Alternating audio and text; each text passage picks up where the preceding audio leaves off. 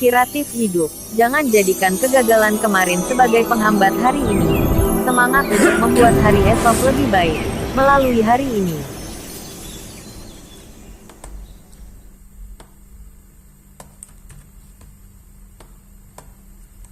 Episode 74-76. 74. Strategi Hilda. Hari ini Giana mempermalukan Cahyadi di depan umum. Tidak hanya sampai di sana, dia tidak membiarkan Cahyadi menyentuhnya begitu mereka sampai di rumah. Sebagai seorang pria, Cahyadi tidak pernah dipermalukan seperti ini. Cahyadi yang kesal berkata, "Sean sudah melihat dengan sangat jelas apa yang terjadi di antara kita di Hotel Raffles. Mau mengelak pun sudah terlambat. Haha, di dunia ini, mana ada laki-laki yang bersedia memaafkan istrinya yang berselingkuh?" Giana menjadi sangat marah dan tiba-tiba dia terpikir, jangan-jangan Cahyadi sengaja menggiring Sean untuk datang dengan memesan makanan dari luar saat berada di hotel. Bagaimana mungkin bisa begitu kebetulan? Saat itu Cahyadi tidak mau makan hidangan hotel yang begitu lezat dan malah bersikeras ingin makan ayam tim seharga sekitar 4-60 ribu per porsi. Bagaimana mungkin bisa begitu kebetulan? Dari sekian banyak pengantar makanan yang ada di Jakarta, kenapa Sean yang datang untuk mengantar?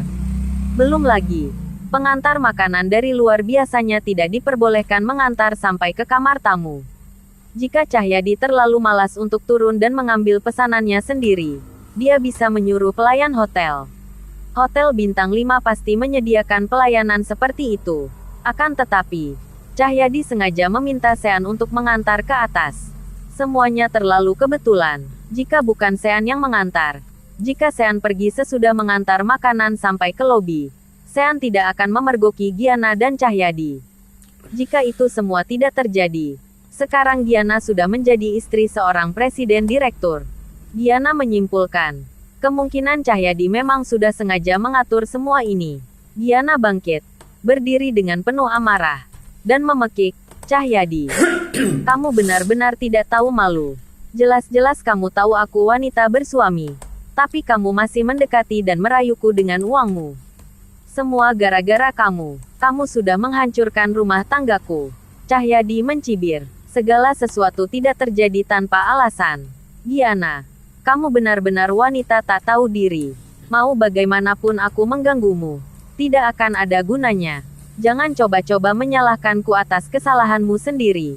Aku bahkan tidak memaksamu." Giana yang kesal tidak ingin terus berdebat dengan Cahyadi. Dia pun mengambil tasnya dan berjalan ke pintu. Namun, Cahyadi segera meraih pergelangan tangannya. "Mau kemana kamu? Jangan-jangan mau bertemu Sean?" tuduh Cahyadi. "Aku ini suamimu. Aku tidak mengizinkanmu pergi." Giana melepaskan diri, lalu berkata, "Lepaskan aku. Aku ingin bertemu Hilda." Cahyadi melepaskan pergelangan tangan Giana. Setelah mendengar Giana ingin bertemu Hilda, dia berpikir sejenak, lalu nada bicaranya menjadi lebih tenang. "Oke, pergilah ke tempat sahabat baikmu itu dan tinggallah di sana selama 2 hari, kata Cahyadi. "Hilda lebih rasional dibanding dirimu. Jadi seharusnya dia bisa memberitahumu bahwa satu-satunya pilihan yang kamu punya hanyalah aku." Cahyadi berharap agar Giana segera menemui Hilda. Cahyadi mengenal Hilda. Hilda adalah seseorang yang berpikir lebih rasional dan tidak akan membiarkan Giana memiliki fantasi tidak realistis seperti itu. Setengah jam kemudian, Giana tiba di rumah Hilda. Hilda keheranan jelas saat menyambut Giana. Dia mengambil barang bawaan Giana sambil terus bertanya, "Astaga, bagaimana bisa pengantin baru datang ke sini dan membawa barang-barang seperti ini? Bukankah ini malam pertama pernikahanmu dengan Cahyadi?" Giana tahu suami Hilda sedang pergi keluar kota dan sahabatnya itu hanya seorang diri di rumah. Suami Hilda tidak bisa datang ke pernikahan Giana hari ini. Jadi Giana datang begitu saja ke rumah Hilda tanpa pemberitahuan.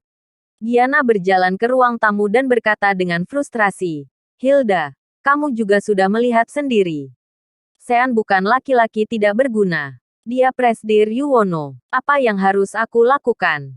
Melihat Giana hampir menangis, Hilda segera menepuk pundaknya untuk menghiburnya. "Hah, Sean benar-benar keterlaluan. Jelas-jelas dia seorang konglomerat generasi kedua. Tapi bisa-bisanya tinggal di rumah keluarga Wangsa kalian. Kakekmu juga. Jelas-jelas sudah tahu identitas Sean. Tapi tidak memberitahu kalian sebelum meninggal. Giana. Jujur saja. Kamu tidak perlu memikirkan Sean lagi. Lebih baik menjadi Nyonya Cahyadi saja dengan baik. Beberapa tahun kemudian, kamu masih bisa menjadi wanita muda dengan kekayaan 2 triliun. Siapa yang mau jadi wanita muda dengan kekayaan 2 triliun? Balas Giana. Sean itu presiden direktur grup Citra Abadi. Kekayaannya puluhan triliun. Orang terkaya seperti Presdir Hartono saja menyanjungnya. Pasti kekayaan keluarga Yuwono di atas ratusan triliun. Apa aku gila dan masih menginginkan tujuan sekecil 2 triliun itu? Lagi pula, selama ini orang yang aku cintai adalah Sean. Aku tidak ingin menjadi Nyonya Cahyadi. Aku ingin rujuk dengan Sean. Kata Giana. Hilda. Kamu punya banyak ide cemerlang. Aku mohon padamu, cepat bantu aku memikirkan ide. Giana meraih tangan Hilda dengan putus asa dan ingin berlutut sambil menangis.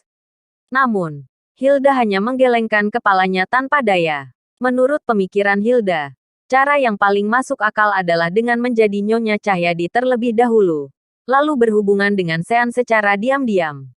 Jika Sean memaafkannya, barulah Giana menceraikan Cahyadi dan menikah dengan Sean. Akan tetapi, sekarang dapat dilihat dengan jelas bahwa Giana ingin bersama dengan Sean dan kemungkinan besar sudah menyinggung Cahyadi. Hilda berpikir sejenak, lalu berkata, jika kamu ingin rujuk dengan Sean, pilihanmu untuk pindah sudah benar. Sebelum menikah, kalian juga tidak tinggal satu atap dan hal ini bisa dibuktikan oleh orang-orang keluarga Wangsa. Tidak ada gunanya. Tidak tinggal satu atap sekarang juga tidak ada gunanya. Kata Giana. Sean tahu aku dan Cahyadi pernah bermalam di hotel. Dia melihatnya dengan mata kepalanya sendiri. Aku curiga Cahyadi sudah sengaja mengaturnya. Jika tidak, mana mungkin bisa begitu kebetulan Sean bertemu dengan kami di hotel. Oh, mata Hilda berbinar ketika mendengar perkataan Giana barusan. Lalu dia bertanya. Apa saat itu Sean melihat kalian melakukan sesuatu?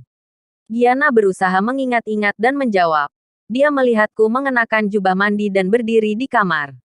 Tidak ada yang lain. Hilda tersenyum dan berseru dengan semangat. Aku sudah dapat ide. Kita bisa berbohong dan mengatakan bahwa waktu itu kamu tidak melakukan apapun dengan Cahyadi. Sean bukan orang bodoh. Bagaimana mungkin dia akan mempercayainya? Tanya Giana dengan tidak yakin. Dia merasa sedikit tidak percaya diri dengan ide ini. Dengarkan aku dulu. Hilda menjelaskan. Kamu bilang saja bahwa kamu memang sempat berpikir untuk selingkuh. Tapi, saat itu kamu langsung mandi begitu masuk kamar dan belum sempat melakukan apapun. Siapa sangka, sesudah itu kamu bertemu dengan Sean secara kebetulan. Setelah Sean pergi, kamu merasa bersalah padanya dan langsung meninggalkan hotel. Jadi, tidak ada apapun yang terjadi di antara dirimu dan Cahyadi. Giana mengangguk lagi dan lagi. Kemudian menambahkan. Benar. Meskipun saat itu aku memarahi Sean. Aku merasa sangat menyesal. Jadi aku segera berganti pakaian dan pulang. Sampai di rumah. Aku bahkan menyiapkan makan malam untuk Sean. Hilda tersenyum dan menimpali. Kedengaran masuk akal. Kan? Jika kamu pergi ke rumah sakit untuk melakukan operasi perbaikan atau apalah itu, siapa yang akan mengetahuinya? Tapi, bagaimana kalau Cahyadi membocorkannya? Tanya Giana. Tentu saja Sean tidak hanya akan mempercayai perkataannya tentang hal ini begitu saja. Hilda mendengus dingin dan mencibir. Tenang saja. Dia tidak akan menghancurkanmu. Sekarang Sean adalah Presdir Yuwono yang terkenal. Dia sangat berkuasa di dunia bisnis. Baik di dunia hitam maupun dunia putih. Cahyadi pasti akan bersedia untuk berbohong pada Sean bahwa dia belum pernah menyentuh wanitanya. Jika tidak, Cahyadi bahkan tidak akan tahu kapan Sean mau menghabisinya. Giana memikirkan penjelasan Hilda dengan seksama. Cahyadi memang punya cukup alasan untuk bekerja sama dengannya. Hebat. Giana melompat dengan penuh semangat dan mencium pipi Hilda. Haha, Hilda. Kamu benar-benar penyelamatku. Asalkan Sean tahu bahwa aku tidak benar-benar selingkuh, dia pasti akan memaafkanku. Kalau begitu, aku akan menelepon Cahyadi sekarang dan memberitahunya. Ya. Giana mengeluarkan ponselnya dan ingin menelepon Cahyadi. Tetapi tangan ramping dan lembut Hilda segera menghalanginya. Hilda mengingatkan sambil tersenyum. Jangan terburu-buru. Sekarang Cahyadi masih marah. Kemungkinan besar dia tidak akan bisa melihat keuntungan dari masalah ini. Tunggu sebentar lagi. Hilda menyarankan. Menurut tebakanku, pembalasan Sean padanya belum berakhir. Mungkin saja tanpa menunggu lama. Cahyadi sendiri yang akan memohon padamu untuk membuat kebohongan ini. Baru saja Hilda selesai berbicara. Dia melihat Giana membuka kunci ponselnya dan ada sebuah notifikasi yang masuk. Notifikasi itu merupakan sebuah berita yang isinya. Banyak hotel di Jakarta telah memasang kamera tersembunyi. Privasi tamu diunggah ke internet. Hilda dan Giana sama-sama terkejut melihat berita tersebut. Ini karena hotel yang diberitakan merupakan hotel milik keluarga Pangestu. Kebanyakan hotel di bawah bintang 4 merupakan milik keluarga mereka.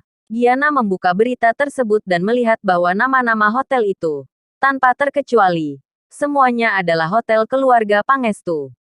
Giana sangat panik hingga tidak bisa berkata-kata. Ini. Hilda hanya menghisap rokok Nona Caprinya dan berkata, ini pasti perbuatan Sean. Aku tidak menyangka Sean yang terlihat jujur selama 3 tahun ini. Ternyata semua hanya pura-pura. Begitu membalas dendam, dia melakukannya dengan cukup kejam. Begitu banyak privasi tamu yang bocor. Nama Hotel Harmoni akan tercemar. Besok harga sahamnya pasti akan anjlok. Kata Hilda. Jika hanya kehilangan uang, itu masalah sepele. Hanya saja, sepertinya tidak akan ada orang yang mau menginap di hotel ini lagi. Aku dengar baru-baru ini uang keluarga Pangestu habis untuk membeli hotel-hotel secara membabi buta di Kutai Kartanegara, Kalimantan Timur. Sepertinya semua uang ini juga habis dengan sia-sia. Giana mengguncang lengan Hilda dengan cemas dan bertanya, keluarga Pangestu tidak mungkin tamat, kan? Hilda mengembuskan asap rokok berbentuk cincin kecil, lalu menjawab, ada kemungkinan. Tepat pada saat itu, ponsel Giana berdering dan orang yang meneleponnya adalah Cahyadi. Giana dan Hilda kontan saling melirik. Lalu, Giana menerima panggilan Cahyadi dengan speaker menyala. Begitu telepon diangkat, Cahyadi langsung meminta maaf. Giana, maafkan perbuatanku barusan. Seharusnya aku tidak berbicara seperti itu padamu. Giana tidak berbicara. Sementara, Cahyadi melanjutkan, begini. Kamu sudah membaca berita. Ada masalah dengan hotel kami dan kami butuh uang untuk membalikkan keadaan. Bisakah keluargamu meminjamkan 200 miliar pada keluarga kami? Aku jamin aku akan segera mengembalikannya padamu. Aku bahkan akan mengembalikan 100 miliar lebih banyak. Giana sontak terkejut. Cahyadi sudah mencapai titik di mana dia bahkan harus meminjam uang dari keluarga Wangsa. Giana sangat kebingungan dan berkata, kamu juga tahu. Semua uang keluarga kami ada di tangan nenek. Mereka tidak akan mendengarkan ucapanku. Cahyadi terus memohon. Aku mohon, Giana, bisakah kamu pergi ke nenek dan meminta pinjaman? Aku tidak akan meminta jika tidak benar-benar memerlukannya. Selama kamu bersedia meminjamkan uang kepada kami, aku akan menyetujui semua syaratmu. Giana berlagak tertekan dan tidak menolak secara langsung. Kalau begitu, aku akan menelepon dan menanyakannya pada nenek. Begitu Giana menutup telepon, Hilda mematikan rokoknya dengan semangat dan berkata, keluarga Pangestu benar-benar tamat. Jika terus seperti ini, bahkan meskipun kamu melahirkan anak Cahyadi, kamu tidak akan bisa mendapatkan satupun properti darinya. Lebih baik segera bercerai saja. Tanpa disangka, saat Giana masih ragu-ragu untuk menghubungi nenek Wangsa, ternyata neneknya menelepon terlebih dahulu. Halo, nenek, aku baru saja ingin menelepon nenek. Cahyadi ingin meminjam uang dariku. Giana segera memberitahu nenek Wangsa. Dia ingin meminjam 200 miliar. Dia bilang akan segera mengembalikannya pada kita. Bahkan akan melebihkan 100 miliar. Meminjam uang, pinjam saja pada nenek moyangnya. Kita keluarga Wangsa tidak punya uang untuk dipinjamkan padanya. Nenek Wangsa berkata dengan marah di telepon. Keluarga Pangestu sudah tamat. Giana, cepat ceraikan Cahyadi dan jangan berikan bantuan apapun pada mereka. Setelah bercerai, nenek mau kamu segera mendapatkan Sean kembali. Sean yang seharusnya menjadi cucu menantu nenek. Tambah nenek Wangsa. Nenek tidak peduli cara apa yang kamu gunakan. Gunakan cara apapun untuk memikatnya. Berlutut pun juga tidak apa. Kamu harus mendapatkannya kembali. Jika tidak, jangan sebut dirimu sebagai bagian dari keluarga Wangsa. Tut, tut. Setelah selesai berbicara, Nenek Wangsa langsung menutup telepon. Giana justru sangat senang karena neneknya memiliki pemikiran yang sama dengannya. Mereka sama-sama ingin Giana kembali rujuk dengan Sean. Ayo, kita pergi ke rumah orang tua Cahyadi dan segera bercerai. Hilda dengan cepat menarik lengan Giana. Lalu mereka berdua bangkit dan segera pergi. Hilda, Giana, Cahyadi, dan orang tua Cahyadi duduk di sofa ruang tamu lantai 1 kediaman keluarga Pangestu, sambil minum teh. Giana merasa tidak enak hati untuk membahas perceraian. Jadi Hilda mewakilkannya berbicara. Om Singgih, Tante Lucy, saya tahu hotel kalian sedang mengalami masalah dan membutuhkan uang dengan segera. Giana juga tidak mendapatkan pinjaman dari neneknya.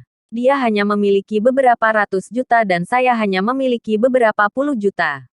Jika lebih dari ini, saya harus meminjamnya pada suami saya. Meskipun hanya sedikit.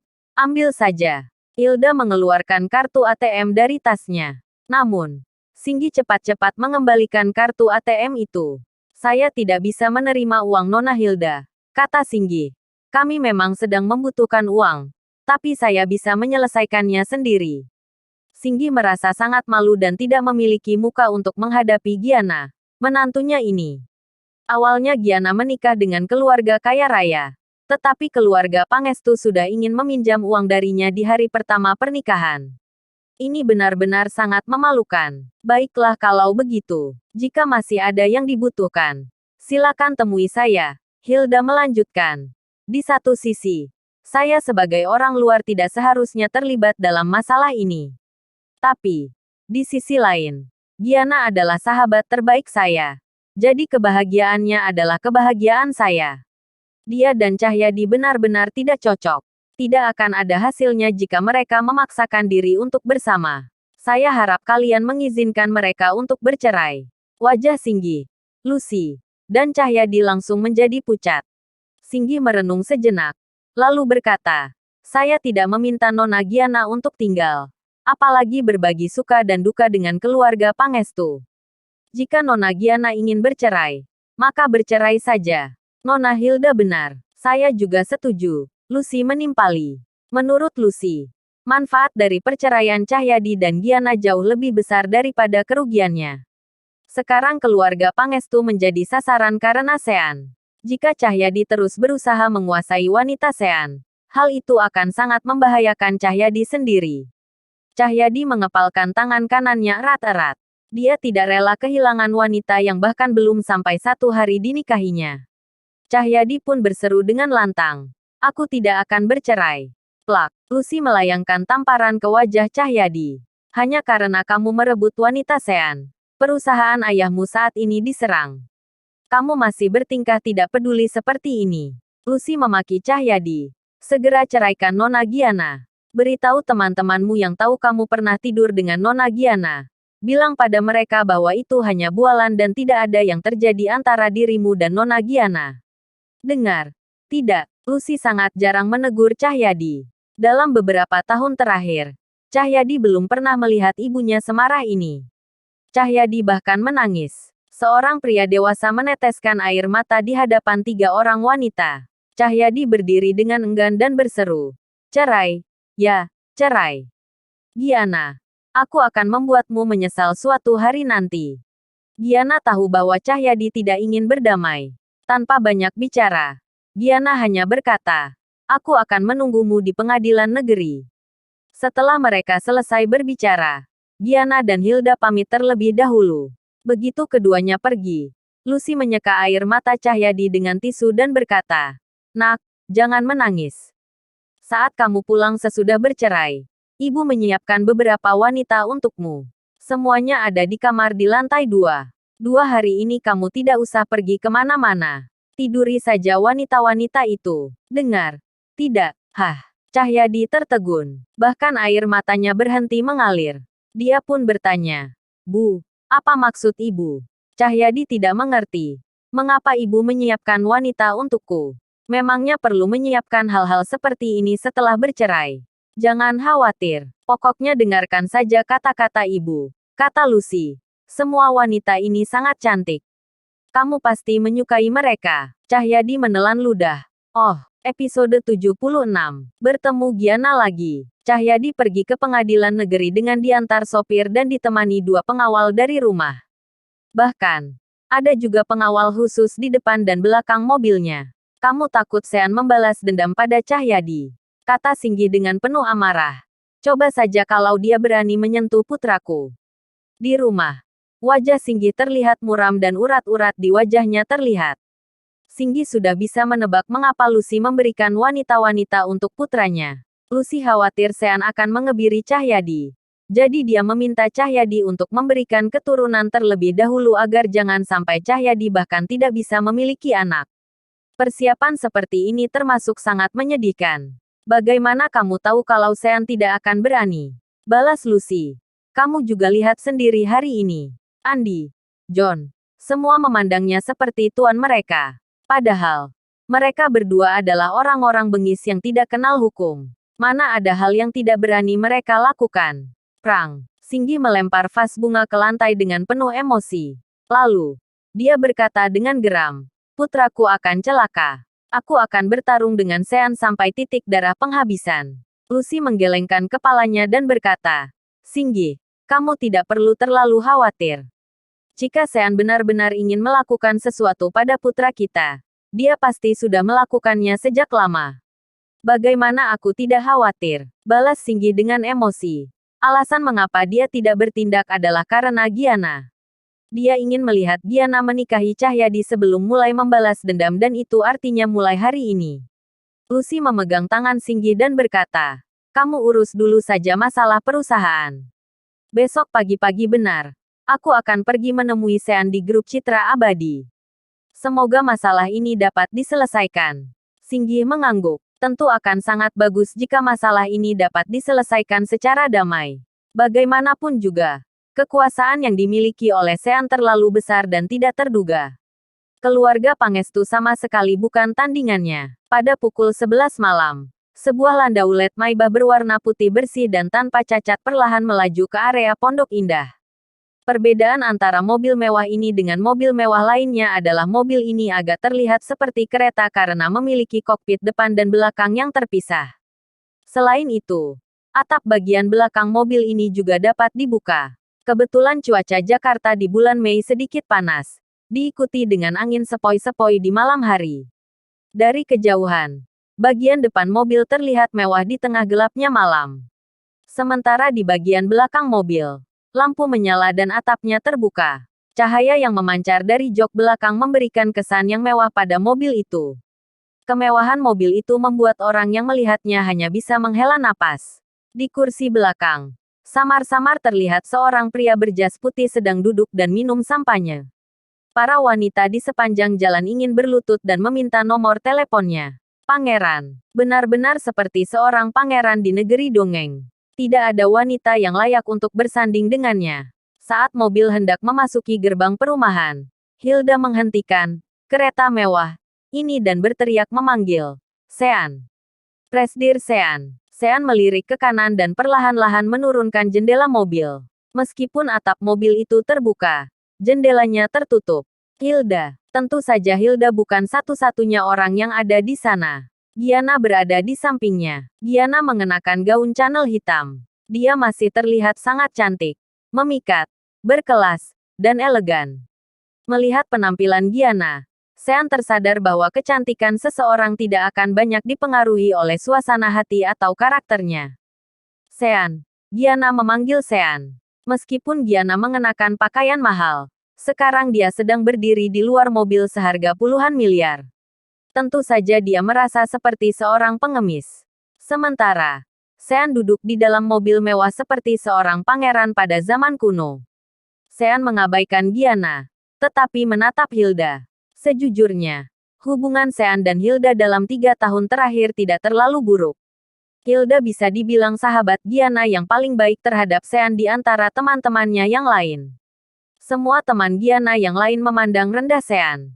Mereka tidak pernah menatap Sean setiap kali bertemu dan selalu memperlakukan dirinya layaknya seorang pelayan. Seperti membawakan barang-barang saat di mall serta membelikan makanan dan minuman. Sean benar-benar diperlakukan sebagai seorang pelayan. Lain halnya dengan Hilda. Dia tidak pernah mengejek Sean dan bahkan sering mengundang Sean untuk makan malam. Mungkin karena Hilda lebih mementingkan penampilan dan menyukai pria tampan. Kebetulan, Sean cocok dengan seleranya. Hilda terlihat murah hati dan apa adanya. Tetapi, karena dia membungkuk, rambut panjangnya yang indah jatuh begitu saja dan menghalangi penglihatannya. Lagi-lagi Hilda menarik rambutnya ke belakang. Kemudian berkata, "Haha, Sean. Aku kira kamu sudah tidak mengenalku lagi setelah menjadi presdir Sean." Sean tersenyum dan menjawab, "Bagaimana mungkin? Aku masih berutang mentraktirmu makan beberapa kali. Haha, aku dan Giana kemari untuk meminta makan padamu," kata Hilda. "Biarkan kami datang melihat rumah mewahmu." "Ya." Sean melirik Giana. Kemudian berkata pada Hilda, "Aku menyambut Nona Hilda ke rumahku. Tapi ini hari besar bagi Nyonya dan Tuan Cahyadi dan sekarang sudah sangat larut. Lebih baik jangan ke rumah untuk menghindari kesalahpahaman." Hilda segera mengeluarkan akta cerai dari tas Giana dan menyerahkannya pada Sean sambil berkata, "Kesalahpahaman apanya? Giana dan Cahyadi sudah bercerai." Sean melirik akta cerai Giana sebelum mengembalikannya ke Hilda. Tetapi dia menggelengkan kepalanya dan tidak berbicara. Tentu saja Sean tahu mengapa Giana bercerai. Hanya saja, dia tidak menyangka Giana akan menceraikan Cahyadi di hari pernikahan mereka. Melihat Sean tidak mengatakan apapun, Hilda menempel di jendela mobil sambil memohon dengan genit. "Kakak Sean, biarkan kami masuk bersamamu." "Ya. Kenapa? Kamu takut kami akan melakukan sesuatu padamu?" Sean tahu bahwa Hilda selalu berbicara apa adanya. Selamanya dia juga tidak akan bisa melawan Hilda dalam hal lelucon kotor. Sean tidak terlalu menyukai Hilda karena kehidupan pribadinya yang cukup berantakan. Giana dulunya merupakan seorang gadis kecil yang penurut dan polos. Tetapi, semenjak semakin lama bersama Hilda, Giana perlahan-lahan berubah menjadi gadis yang buruk. Melihat penampilan keduanya hari ini, mereka bersikeras untuk tetap masuk. Sean juga tahu bahwa jika dia menolak Giana hari ini, wanita itu akan tetap terus datang padanya. "Masuklah ke mobil," kata Sean. "Terima kasih, Presdir Sean." Hilda berinisiatif membuka pintu penumpang bagian depan untuk membiarkan Giana dan Sean duduk di kursi belakang. Kursi depan jelas benar-benar berbeda dari kursi belakang. Ruang di kursi depan benar-benar tertutup. Sementara, bintang-bintang dapat terlihat jelas di kursi belakang jika mendongakkan kepala. Kursi belakang sangat luas, seperti kabin pesawat terbang kelas 1 atau kursi bisnis kereta api yang sangat nyaman. Terdapat pula meja dan tempat untuk gelas sampahnya. Setelah Giana duduk, dia menjadi sangat bersemangat. "Beginilah seharusnya mobil suamiku. Maybach edisi terbatas. Aku belum pernah melihatnya sebelumnya. Benar-benar sangat nyaman. Bahkan di sini juga ada sampahnya." Setelah Giana duduk, tangan kirinya kebetulan menyentuh gelas sampahnya yang ada di sebelahnya. Dia mengambil gelas kosong dan bertanya pada Sean, "Bisakah kamu menuangkan segelas untukku?" Sean meminum sampahnya sendiri, lalu menoleh ke kiri dan mengabaikan Giana. Karena kursi barisan depan tidak dapat melihat situasi di barisan belakang, Hilda tidak dapat melihat situasi memalukan yang Giana alami saat ini.